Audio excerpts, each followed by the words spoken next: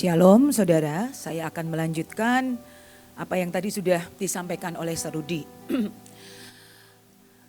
Hari ini saya mau bicara tentang prepare or repair. Jadi ini berkaitan sebetulnya nyambung dengan yang tadi yang disampaikan. Saya ini kan banyak anak-anak sekolah ya.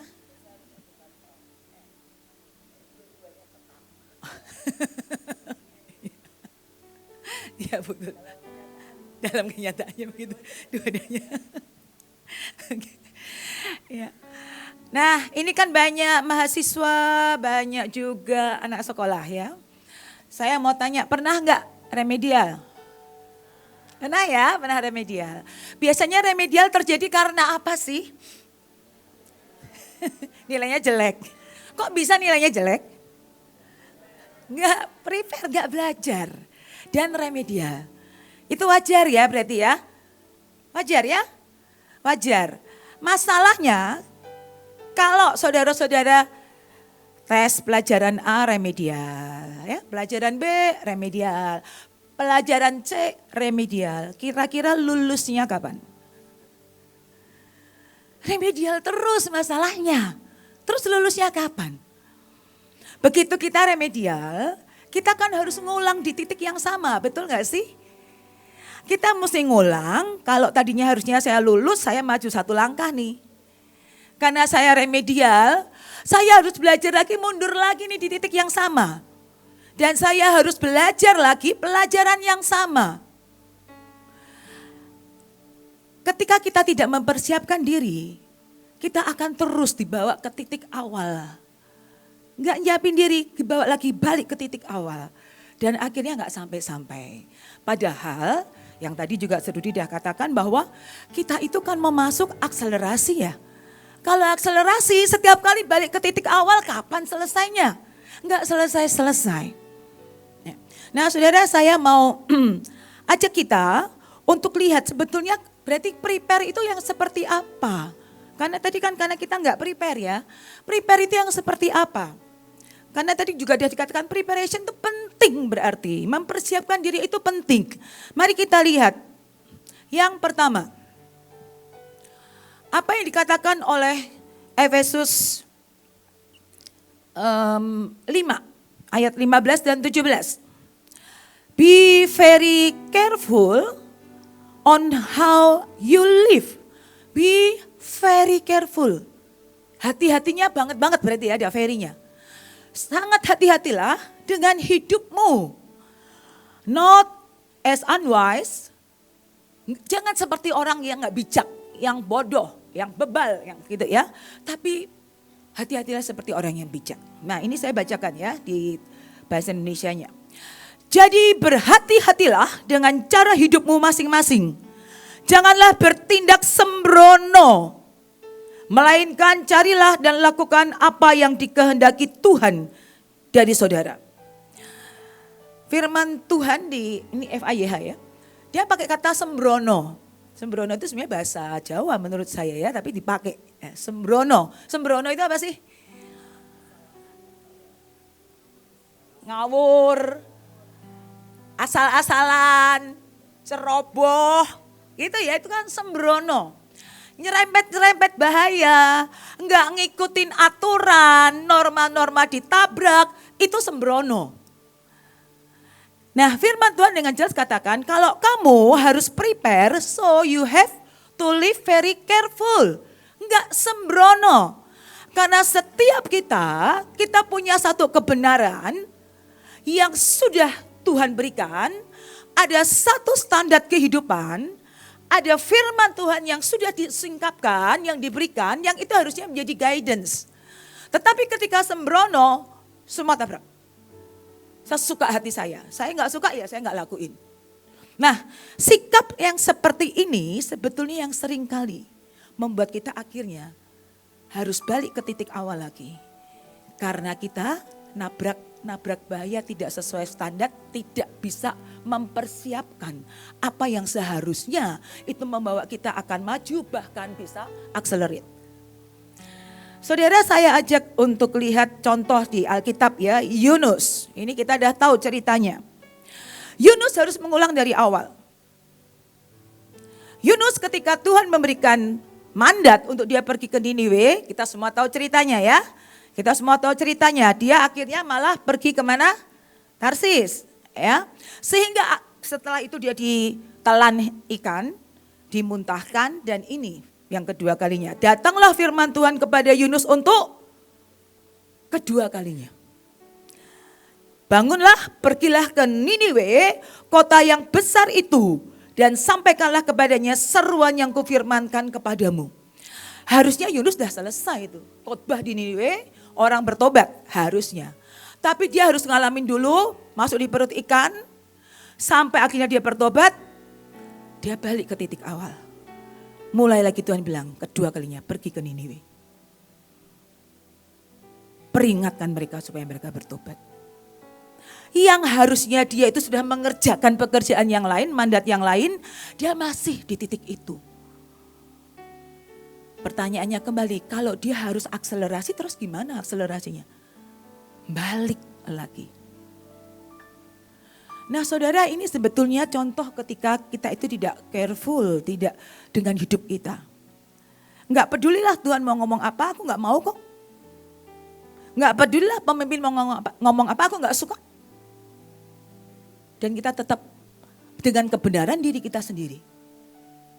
Kita menjadikan hidup kita menjadi sembrono.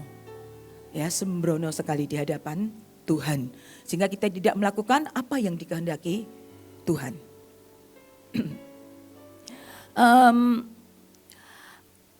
Bapak Ibu, sembrono itu tidak hanya dalam tindakan menurut saya ya.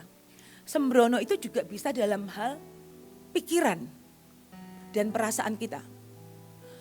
Orang-orang yang suka mengumbar emosi, emosi marah, kepahitan, kesakitan, dan dia mengumbar itu semua, itu sembrono juga.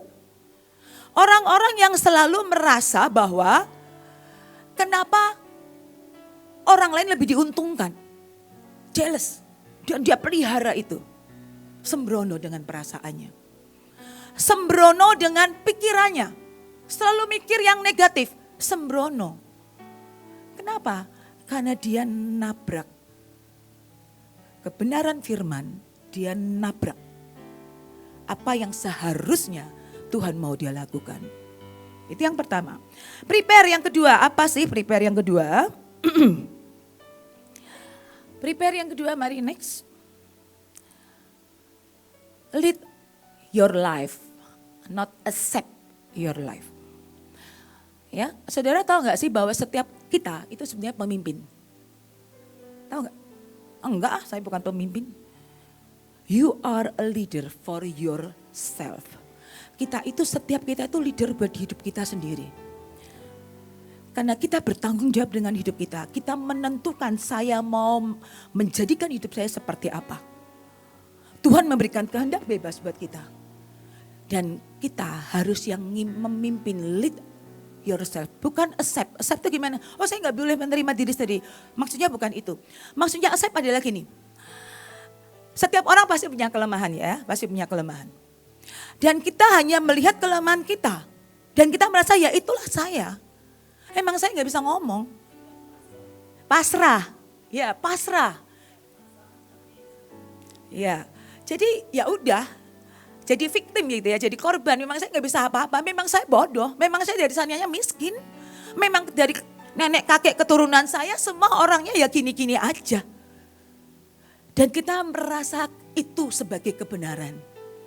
Dan itu yang mengikat kita sehingga setiap kali ada sesuatu yang Tuhan mau berikan secara besar, itu jadi blok. Yang Ibu pernah sharingkan di firman TV, Ibu bilang mental block ya. Jadi mental block di dalam hidup kita. Karena apa? Kita ya tadi pasrah, menerima aja memang saya seperti ini. Padahal kita seharusnya jadi pemimpin buat hidup kita. Hidup kita, tanggung jawab kita, bukan tanggung jawabnya orang lain. Sehingga kalau orang lain ngomong sesuatu, terus kita merasa, iya ya memang aku seperti itu ya, menganggap itu kebenaran. Sesuatu yang negatif ya, kalau sesuatu yang positif terimalah sebagai suatu perkataan iman. Nah, saudara mari kita lihat contoh Esau. Ketika itu kita semua tahu ceritanya, tapi coba perhatikan kata-katanya. Ya, kata-kata Esau. Tetapi kata Yakub, juallah dahulu kepadaku hak kesulunganmu. Saud Esau. Sebentar lagi aku kan mati. Apa gunanya bagiku hak kesulungan? Toh sebentar lagi aku mati. Loh, yang ngomong dia mau mati itu siapa sih? Ada gak sih? Loh, Esau itu pemburu gagah perkasa ya. Gak ada yang ngomong kan dia akan mati segera. Gak ada.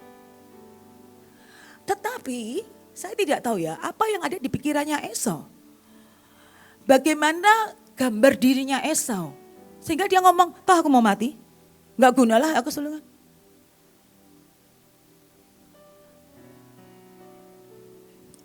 Dia seharusnya kalau dia bisa memimpin hidupnya, dia tahu aku punya hak kesulungan dan aku akan pertahankan. Tapi Esau dengan cara pikir yang entah bagaimana dia bilang, ya gak apa-apa lah, berlaki mati, gak guna. Jadi seakan-akan kayak orang tadi pasrah, ya udahlah gitu. Memang setiap orang pasti mati. Meskipun mau mati pun harusnya kan juga tetap dia akan pegang terus itu. Tapi dia katakan enggak.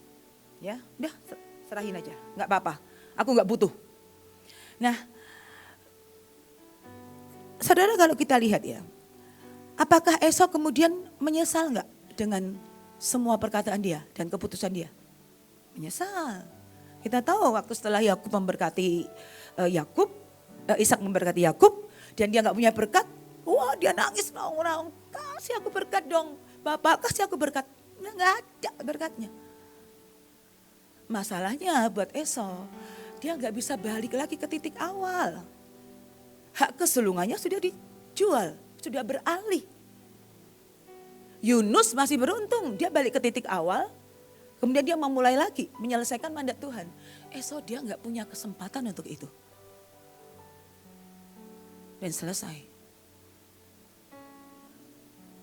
Betapa bahayanya kalau kita tuh tidak bisa lead hidup kita sendiri. Dan kita hanya menerima kebenaran yang disuarakan mungkin oleh keluarga kita. Saudara-saudara, family, teman-teman kita. Yang mengatakan bahwa kamu memang gak bisa, kamu memang semua yang negatif lah. Dan kita menganggap itu kebenaran. Saudara, hati-hati dengan semua itu. Selalu ingatkan dirimu bahwa aku punya destiny yang besar. Itu memang mungkin nasibku dulu sebelum aku diubahkan dan direkayasa hidupku. Tapi di dalam setiap anugerah yang Tuhan berikan, kita semua sudah belajar. Kita terus direkayasa hidup kita.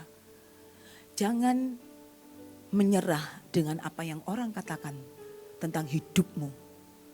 Karena hidupmu berharga di mata Tuhan dan hidupmu engkau yang akan menentukan. Betul Tuhan yang megang kendali yang berdaulat, tapi kita punya andil karena Tuhan berikan kita kehendak bebas. Oke ya Bapak Ibu ya. Nah berkaitan dengan lead yourself ini. Sekarang itu kan kalau saya amatin ya anak-anak muda nih, anak-anak muda Gen Z nih, Gen Z ya. Gen Z itu sebetulnya adalah kaum yang secara dunia yang cukup rawan, cukup rapuh ya Gen Z. Kenapa? Karena hidup di dalam semua fasilitas yang sudah ada dengan semua kenyamanan. Kalau zaman-zamannya generasi baby boomer, generasi X, tidak ada semuanya disediakan. Kita yang harus cari, mau beli baju nabung. Sekarang kayaknya mau beli sekarang tinggal pencet online shop, besok ada. Gitu ya, terlalu mudah. Mau cari apa-apa, kalau dulu mau beli buku, ke Gramedia baca sambil duduk di bawah karena gak ada duit.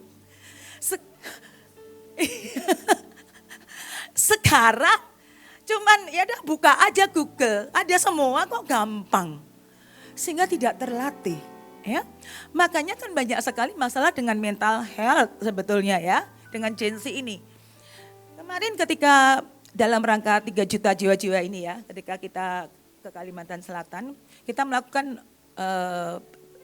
lebih dibanding KKR-nya lebih banyak ke sekolah-sekolah.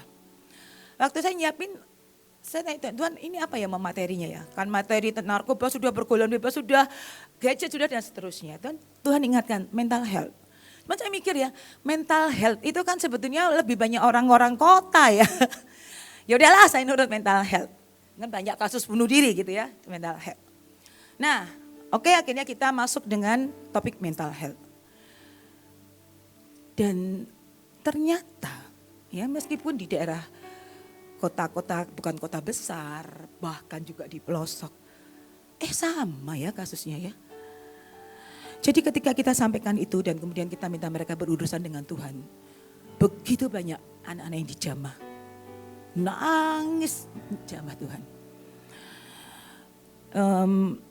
Karena beberapa itu gini ya, di beberapa sekolah itu udah selesai nih sesinya, masih nangis, gak balik.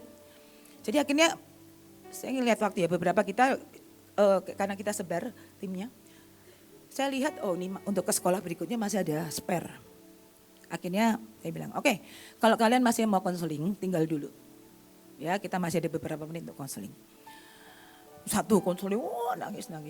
Begitu tahu temannya masuk, yang udah mau balik sekolah, kelas, balik lagi konseling.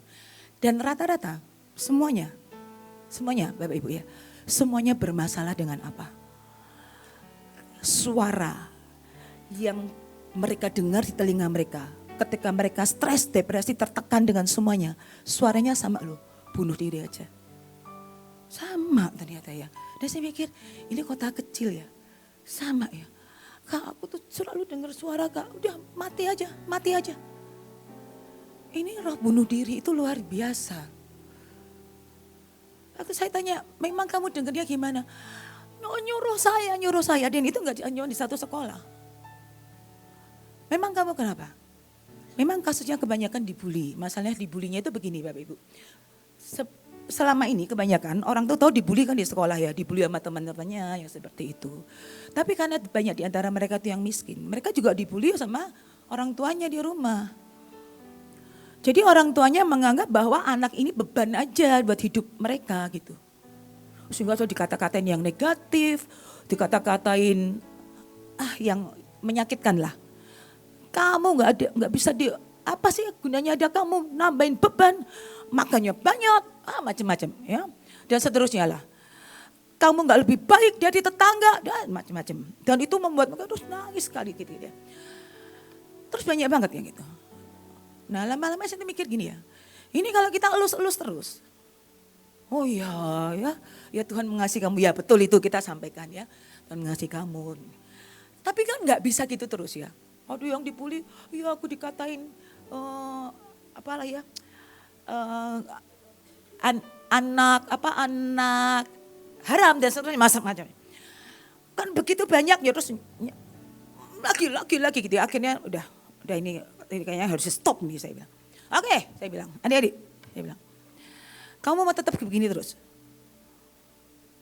Kalau kamu tetap begini terus, ya dan kamu merasa kamu korban, ya udah masa depanmu sampai di situ aja. Bangkit, bangkit. Kamu dicintai Tuhan. Ada Tuhan yang megang masa depan. Jadi akhirnya kita dibalikkan dengan membuat mereka sadar siapa dia gitu. Nah, ini kasus-kasus mental health seperti ini saya nggak tahu ya. Dengan ini di sini juga banyak anak-anak sekolah. Ini kalian mengalami hal yang sama nggak sih? Ada yang di sini yang dibully? Adakah? Oh, ada yang angkat tangan. Kamu dibully, Dek? Oh iya. Ibu Catherine belakangnya dibully, nanti tolong diselesaikan ya. Ada lagi yang dibully. Kalau dibully, ya jangan merasa jadi korban gitu. Dibalikin aja kata-kata orang yang membuli. Kenapa? Kita itu harus menentukan Hidup kita mau seperti apa? Kalau kita jadi korban terus, orang ngomong apa, lu sedih, sakit hati, kita tuh tidak akan menjadi pemenang. Kita tidak bisa memimpin hidup kita. Gini ya, kalau saya lihat ya, makanya gini, banyak nih anak-anak muda ini yang benar-benar gini, kita butuh healing. Apa sih healing? Saya kadang-kadang sebel gitu ya, apa sih healing? Ya kita butuh healing tipis-tipis lah katanya. Apa sih healing tipis-tipis katanya. Ya jalan-jalan, nonton lah, yang gitu-gitu ya, itu healing tipis-tipis katanya. Nah saudara, ayo saya mengajak anak-anak muda, pimpin hidupmu. Engkau harus memimpin hidupmu. Karena itu bentuk kamu mempersiapkan dirimu untuk kamu masuk masa akselerasi. Enggak bisa akselerasi itu mentalnya, itu mental korban. Enggak bisa diluncurin. Enggak akan bisa diluncurin. Apakah itu hanya berlaku untuk anak-anak muda? Enggak, orang tua juga banyak yang seperti itu masalahnya. Ya, banyak sekali. Saya ada satu video ini cukup lucu ya. Minta tolong diputarkan. Video ini menggambarkan reaksi dari orang yang lahir tiap tahunnya beda-beda kalau kesenggol pintu. Ya, coba kita lihat reaksi mereka ya. Ini yang lahir tahun 70-an. Tahun 80-an lahirnya. Tahun 90-an lahirnya. Ini tahun 2000 lahirnya ya.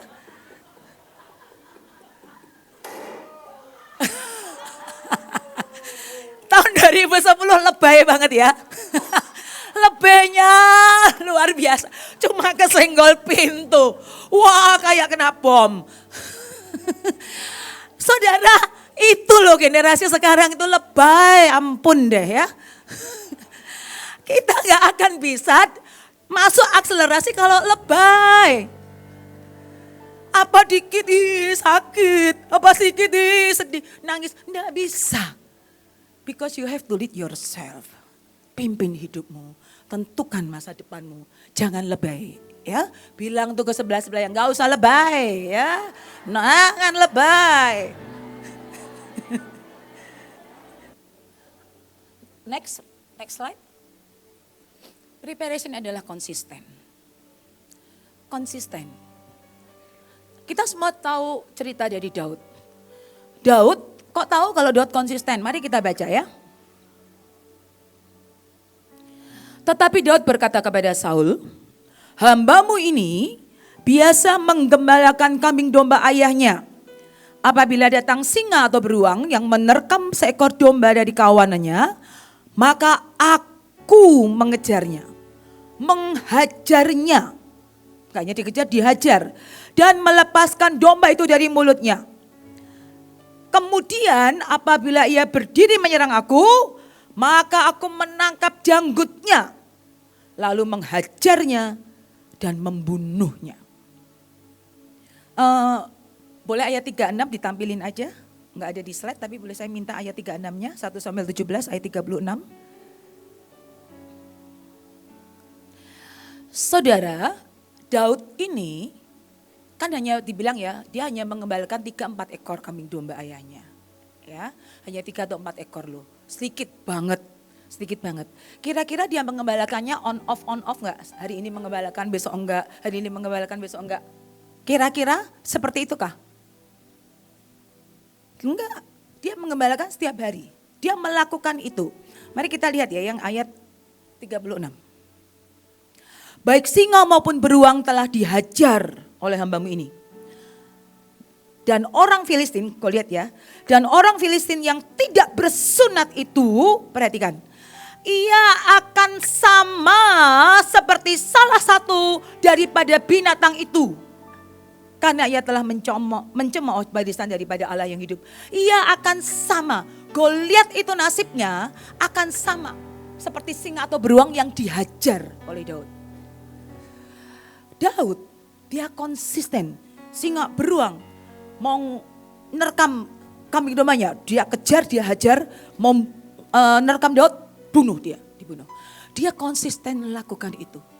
Setiap hari, setiap ketika ada serangan dari binatang-binatang buas, dia akan lakukan itu. Dan dia bilang, Goliat itu aku akan buat sama seperti singa atau beruang. Seandainya Daud ini bukan orang yang kalau ada singa dan beruang dia hajar. Wah, singa apa beruang, wah lari dia. Kayaknya tuh ada yang ngedus-ngedus, wah lari, yuk pulang. Ya pulang, semuanya dibawa pulang kambing dombanya yang 3-4 ekor itu. Seandainya itu yang dia lakukan, apakah dia akan bisa ngomong, oh orang itu ya, aku akan buat sama seperti singa dan beruang. Enggak bisa. Dia secara konsisten, setiap saat ada yang menyerang dombanya, dia akan kejar, hajar, bunuh. Kejar, hajar, bunuh. Kejar, hajar, bunuh. Kejar, hajar, bunuh. Oh ini ada satu lagi nih, gak peduli saya, gede banget, ketep, kejar, hajar, bunuh. Konsistensi itu persiapan. Seberapa konsisten kita melakukan day to day, apa yang Tuhan percayakan di hidup kita. Ada orang-orang yang sangat tidak konsisten dalam artian seperti apa sih? Gini ya, ini kan setiap kita itu pasti punya kerjaan lah ya, pasti punya tugas.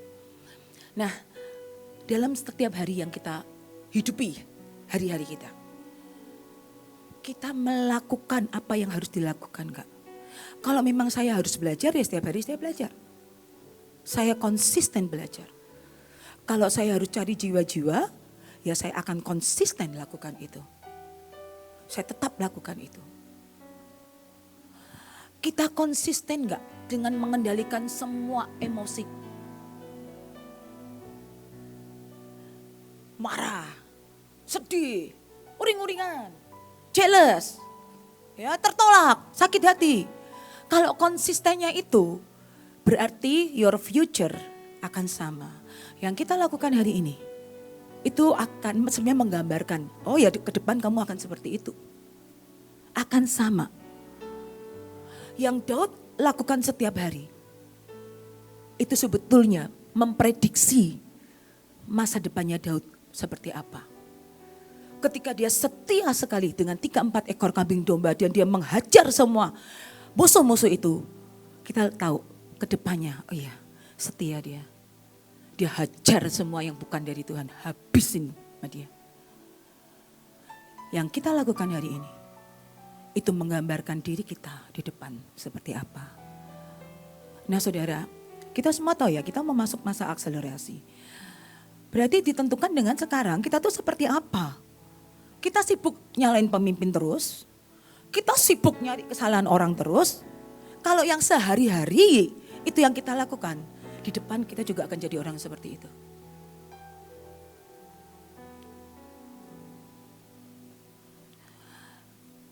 Preparation itu sangat Tuhan itu sangat serius dengan preparation. Ketika Daud harus lari dikejar-kejar oleh Saul mau dibunuh. Menurut saudara, itu sebetulnya Tuhan sedang mempersiapkan dia enggak? Itu bagian dari preparation yang Tuhan mau itu ada di hidup Daud. Dia enggak mau Daud kayak Saul. Tuhan sudah sangat sedih dengan Saul. Dan Tuhan izinkan Daud harus dikejar-kejar. Dia harus mengalami semuanya. Dan itu merupakan preparation, sikap hatinya. Bagaimana dia tidak menyamah orang yang diurapi Tuhan. Bagaimana dia terus mengandalkan Tuhan. Bagaimana dia terus konsisten membuat mazmur. Sedih juga membuat mazmur. Senang membuat mazmur. Dikejar-kejar membuat mazmur. Dia konsisten lakukan itu. Karena Tuhan sangat serius mempersiapkan dia. Untuk dia menjadi raja yang berhasil. Seserius itu Tuhan juga dengan hidup kita. Kita serius enggak dengan hidup kita? Untuk mempersiapkan kita masuk di masa akselerasi. Saya kutip satu perkataan dari Abraham Lincoln. Dia bilang gini ya. Berikan aku 6 jam untuk menebang pohon. Dan aku akan menggunakan 4 jam pertama untuk mengasah kapakku. Mudah gak? Jadi gini. Nih Abraham Lincoln ini kalau disuruh nebang pohon dikasih waktu 6 jam. Dia gak akan langsung tebang pohonnya, duk gitu enggak. Tapi dia akan asah kapaknya mata kapaknya itu, dia akan asah, dia pastikan betul-betul tajam. Dan dia gunakan 4 jamnya untuk ngasah aja. Sehingga ketika dia nebang pohon, 1 kali bes, roboh. Tapi kalau dia tidak ambil waktu 4 jam untuk ngasah mata kapaknya, dia akan duer. Mungkin makan waktu sangat lama, gak roboh-roboh, capek. Sebetulnya dia mau bilang preparation, itu sangat penting. Ketika kita menyiapkan diri kita, ketika kita diluncurkan nanti dalam akselerasi, selesai, jadi. Preparation is very important. Saya akan tutup dengan satu kata-kata ini. The best preparation for tomorrow is doing your best today. Kalau kita lakukan yang terbaik hari ini, itu merupakan preparation untuk masa depan kita. Do your best. Itu akan menjamin kita akan berhasil di masa depan, di masa akselerasi itu terjadi. Karena apa? Karena hari ini adalah gambaran dari kehidupan kita di masa depan. Amin saudara. Mari kita sama-sama semuanya siapkan diri untuk masuk di masa akselerasi. Tuhan Yesus memberkati.